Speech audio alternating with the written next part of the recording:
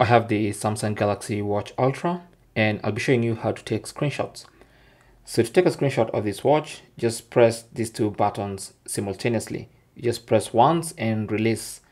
Don't press and hold, just press once and release. So simply go to the screen you want to take a screenshot of. Maybe it's your heart rate page or whatever it is. And then the home button and the back button, press once and release. So just once and then release. You should see the screen flashing. That means it's taken a screenshot. Let's also take one of the quick settings toggles. Press once, release. You can see the screen flashing. And let's take one of the watch face. Okay. There you go. So the screen flashes to indicate that the screenshot has been taken.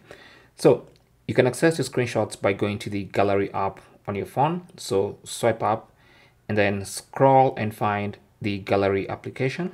Tap on it. And here, if you go to pictures, you can actually see your screenshots. So here are the screenshots we just took. They're all available on the watch. And also the screenshots are available on the phone. Okay, so just go to your phone and launch the Galaxy wearable app and then scroll down to watch settings, tap on that, and then go to manage content, tap on that, and then you should see images on watch. Tap on that and you can see all your screenshots. Okay,